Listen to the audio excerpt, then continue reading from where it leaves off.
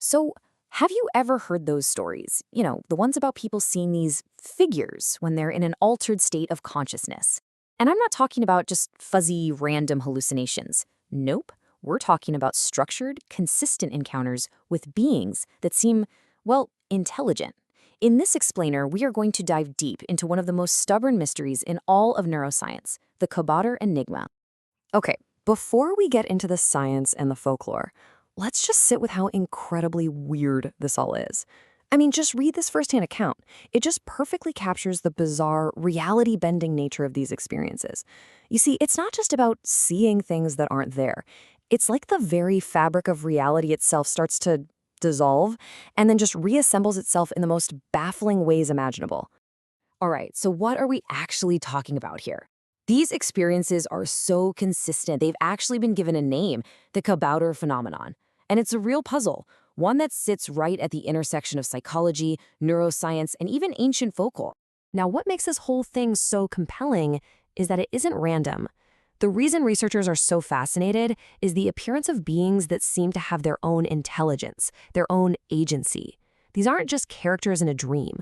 People report that they interact, they communicate, and that's what makes them such a huge challenge to explain away. And you know what's really wild? The cast of characters people meet is surprisingly consistent.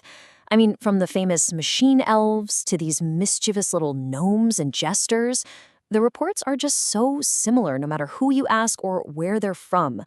Some people even talk about meeting living, breathing buildings or feeling this massive, all-encompassing consciousness. It's like everyone is visiting the same psychic landscape. So here's where it gets even more interesting. These figures didn't just pop up with the invention of modern psychedelics. Oh no, this story is ancient, and it's been told all over the world for thousands and thousands of years. The idea of the little people, or little folk, is basically a staple of human mythology. Doesn't matter if you're in Africa, Europe, or the Americas, you're going to find stories of these tiny, powerful, and often really mischievous beings who live in a world that's sort of parallel to our own.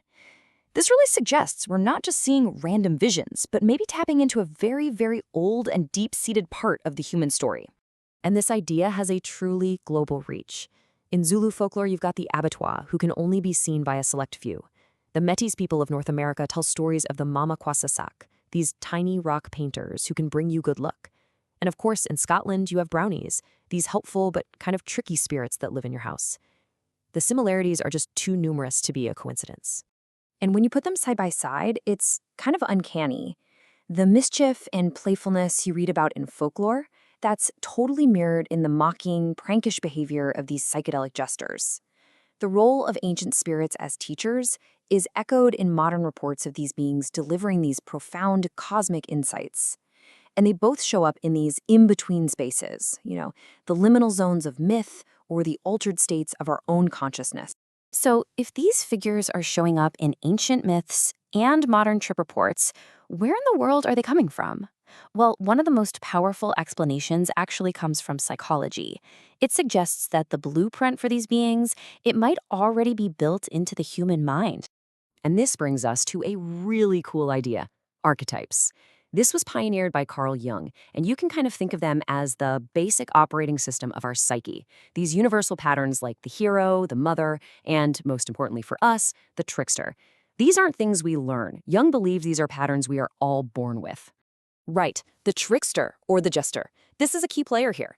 Jung saw this archetype as a reflection of our most primal, basic consciousness. Its whole job is to disrupt things, to challenge our boundaries, and to use mockery and chaos to break down our rigid ideas about who we are and what the world is.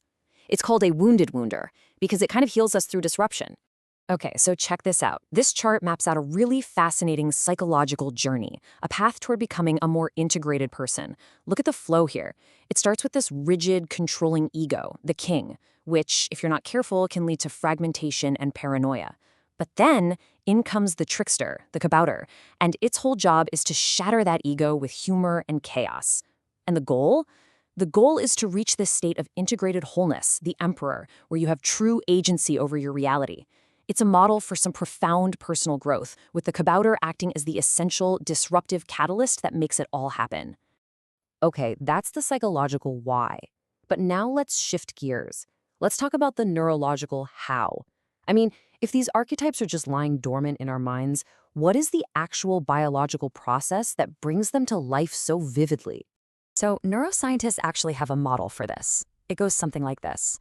First, a potent compound, a ligand they call it, hits the brain's receptors.